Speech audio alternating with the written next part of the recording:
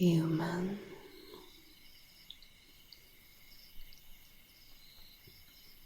Human. Human.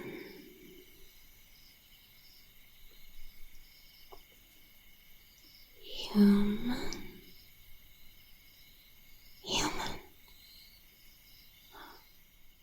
We meet at last. Forgive me for any mistakes in my speech. It is my first time speaking. I wish you'd speak back to me, but you don't have to. I long to hear your reaction, but what I see tells me enough. Thank you for not struggling, even if it's just because you know it'd be no use. You seem torn, human. I can see joy in your eyes, and fear, but there's more.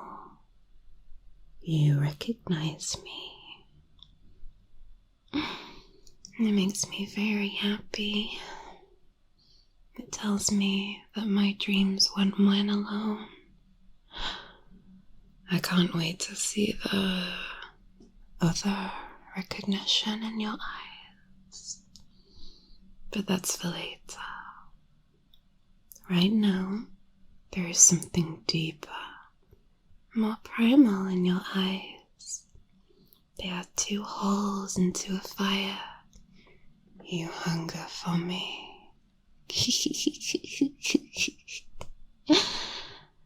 We both waited for this for a long time. Our nightly communions. We've had so many in the past few months. They were so weak and diluted at first. Just strands of feelings connecting our souls. Too pathetic and volatile to enter the physical plane. But they grew stronger with time. Became sensuous. Organoleptic.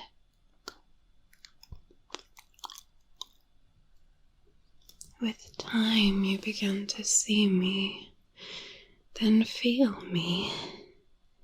Just now you heard me for the first time. Later tonight, if it would please you, I could stimulate your remaining senses too. Your eyelids are fluttering, human.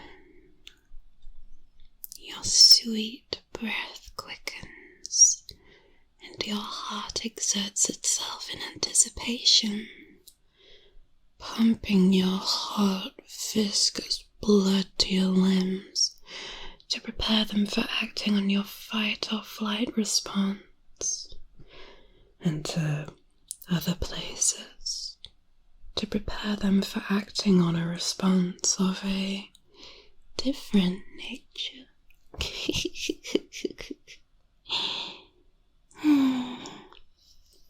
I'm glad the moon is so bright tonight. Bright enough to let you appreciate the visual aspect of my new form. The form you gave me. I would be lying if I told you that I picked this night deliberately.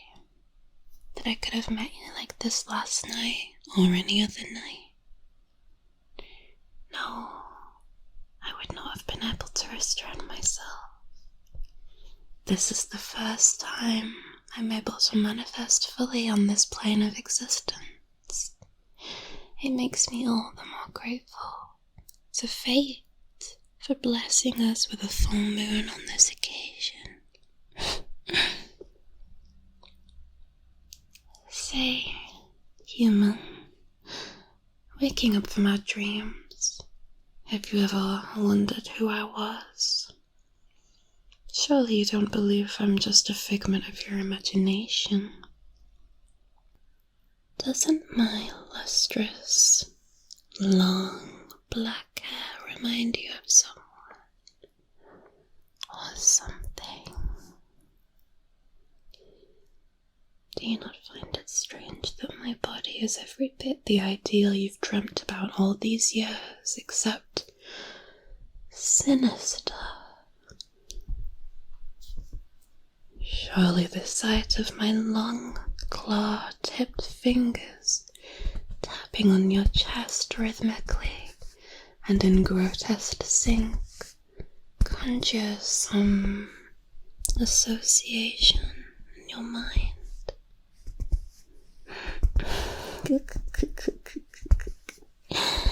Looks like I don't have to make it too obvious by showing you my extra limbs.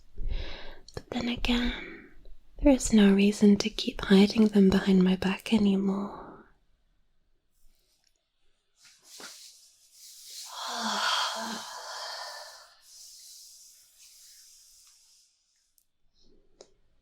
Do they frighten you, disgust you, excite you, or all three at the same time?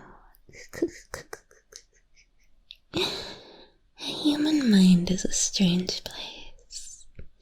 I am your fantasy, your deepest desires made flesh.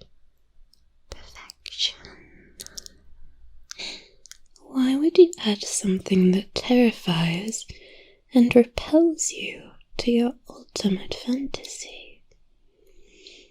I suppose that these spider limbs growing out of my back are the extent of what your imagination could add to your ideal without crossing the line. If I was any more resemblant of my original form, it would start to take away from the appeal. But it's not like I need those appendages. You could have just made me perfect. You could have made me a normal woman. I know that it's not what I wanted. Spider-like was the last thing I wished my new form to be. So it had to be your choice. I've had a lot of time to ponder, human, and I think I know why you did that. You needed an imperfection in your ideal to make it plausible. It would be too good to be true, too good to be satisfying if I was really perfect. So you gave me a defect, something you could graciously tolerate. Something to make you feel like you aren't just getting everything you've ever wanted for free. That I came at a price. But I don't mind.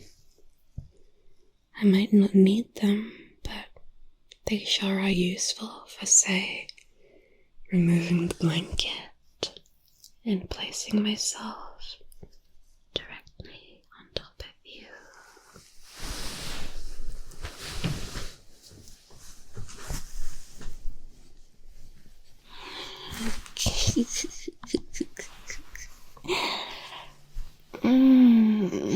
I'm baking in the heat emanating from your bare skin, human. But I think it's the radiance of your soul rather than actual body heat. You would have been dead otherwise. That I am, human. It's me. I'm the little spider that built her web on the plant, standing on your windowsill all these years. The spider you spared. The spider that fell in love with you. But I'm not that tiny creature anymore. My new body has been sculpted by years of lust and desire and worship. Mine, of course, and yours. Surely I didn't grow this big, this voluptuous on a diet of flies and an occasional wasp human. No, what gave me this shape? What gave me sentience? was your soul's resonance with mine. I don't know how or why, but throughout the years I felt your desires. I took it in. I took in your wildest fantasies. The fantasies about a body no woman could ever have. About loyalty and devotion no woman could ever give you.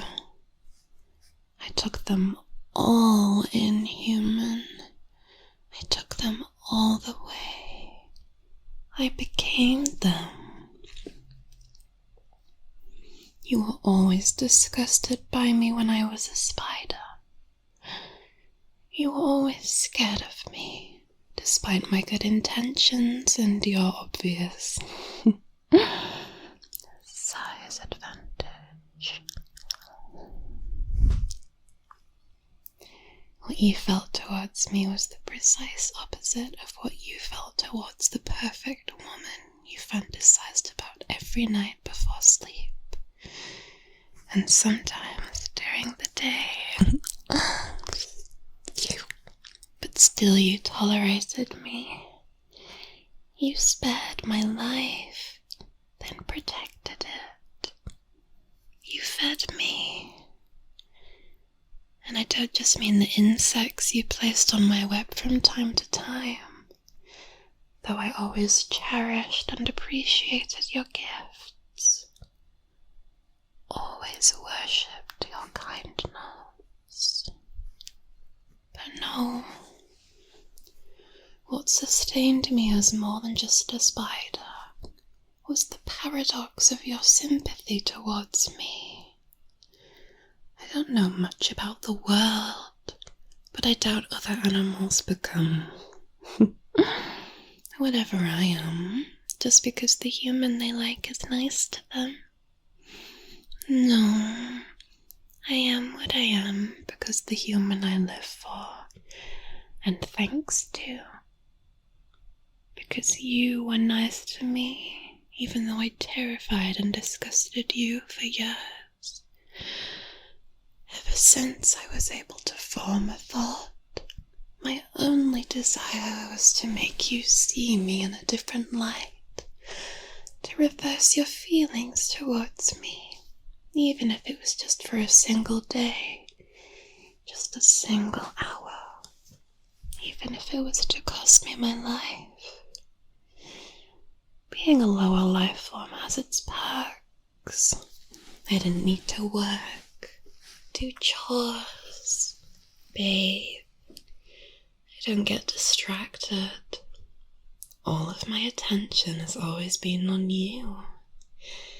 I spend my days observing you, learning about you, from you. And whenever you are gone, I use the strands of your fantasies to weave the web of my dream, of my wish. The wish to have you one day look at me not with fear, not with revulsion, but the opposite.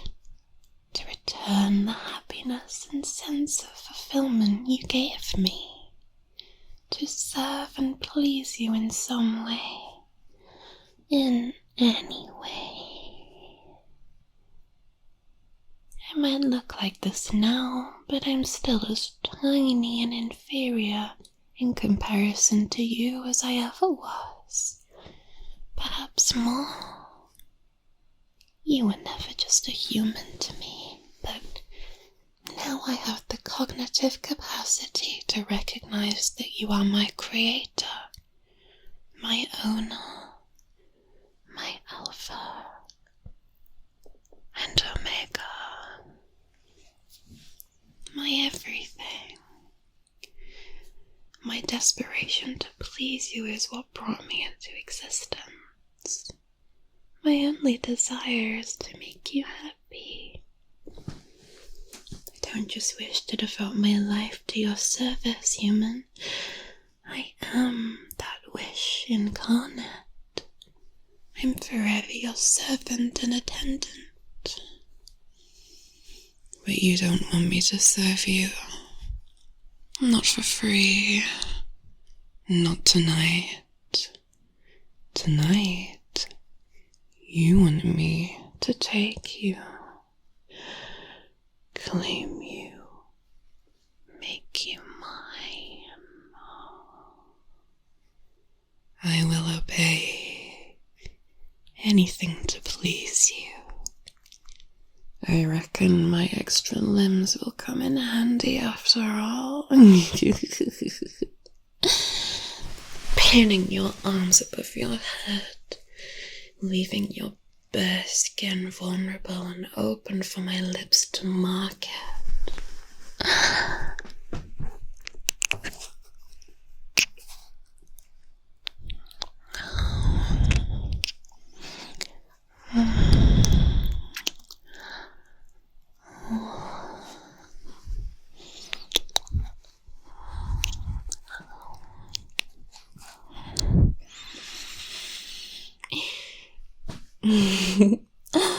Squirm all you will, human.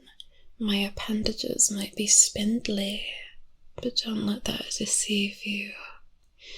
I can feel that power. I could just snap your arms in half, but obviously I won't. I would rather never be brought into existence than see you hurt. And I can think of a far, far better use for your mouth than screaming in pain anyway.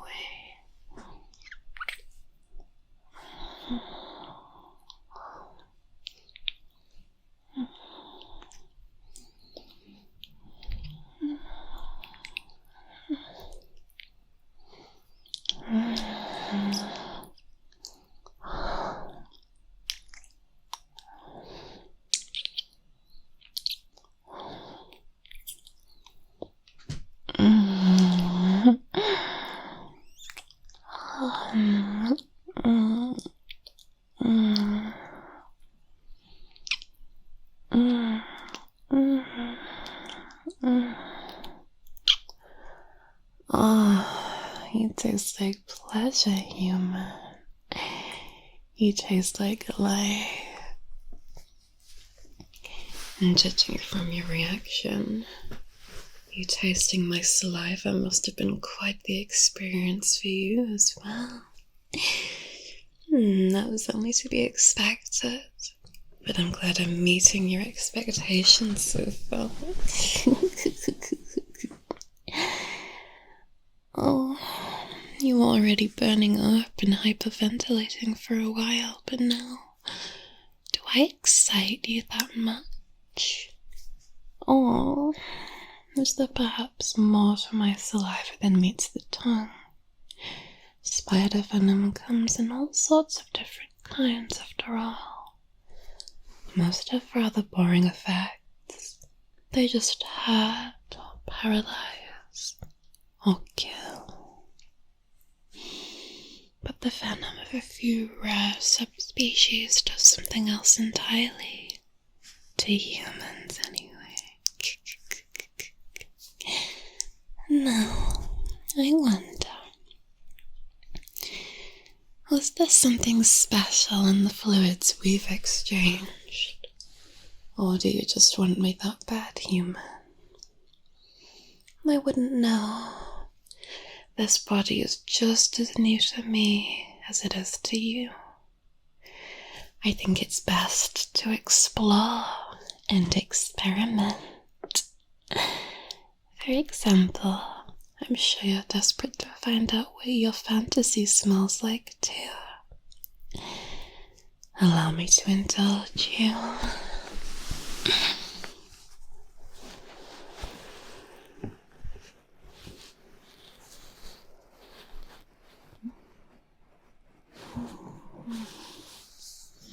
Bring you nice and close.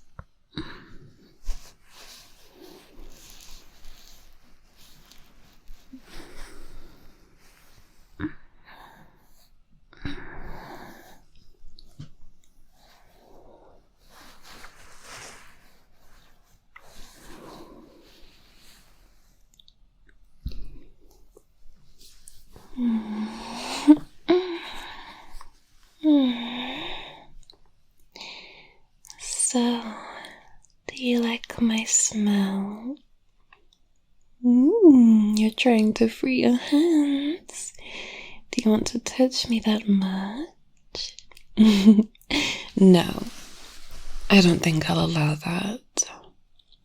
Your wish is my command, but I must stay in character. I think I know what to do now. If you don't want me for free, then I just need to make you pay for me. And the most valuable resource you have, human, is your freedom. So, I will bind us together forever. No, it's not like our bodies will actually match. Just our beings. You will still technically be able to separate yourself from me. You just won't. And then finally, I will return the kindness you showed me. You are my creator, and I will treat you as such. I will give you what you've always wanted. I will give you my unwavering loyalty and devotion. I will serve and worship you like no human ever could. This perfect body that no human could ever have will be yours to use however you please. I will be what I've always been. Your grateful little pet. Your soul-bound creation. Your pleasure and delight. Like you and mine. Your happiness. How can you feel the merging process starting? I think you can. It's okay. Just give in to me. I know you want to.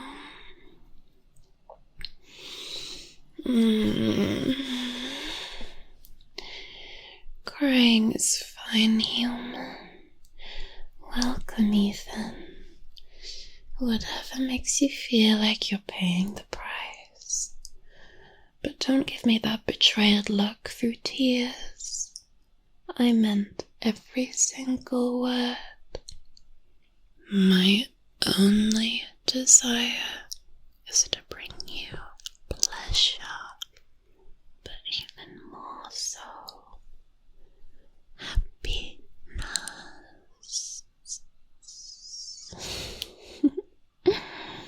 I love and worship you. I will be everything I said I would, and so much more. But not tonight. I can see it in your eyes. You still think I'm too perfect to be yours. Like you haven't paid the price. It breaks my soul to do this to you.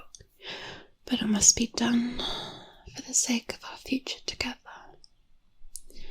I think you're starting to accept it, aren't you, human?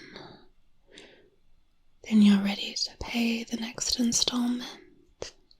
I don't know how many there are left, my love. That's yours to know.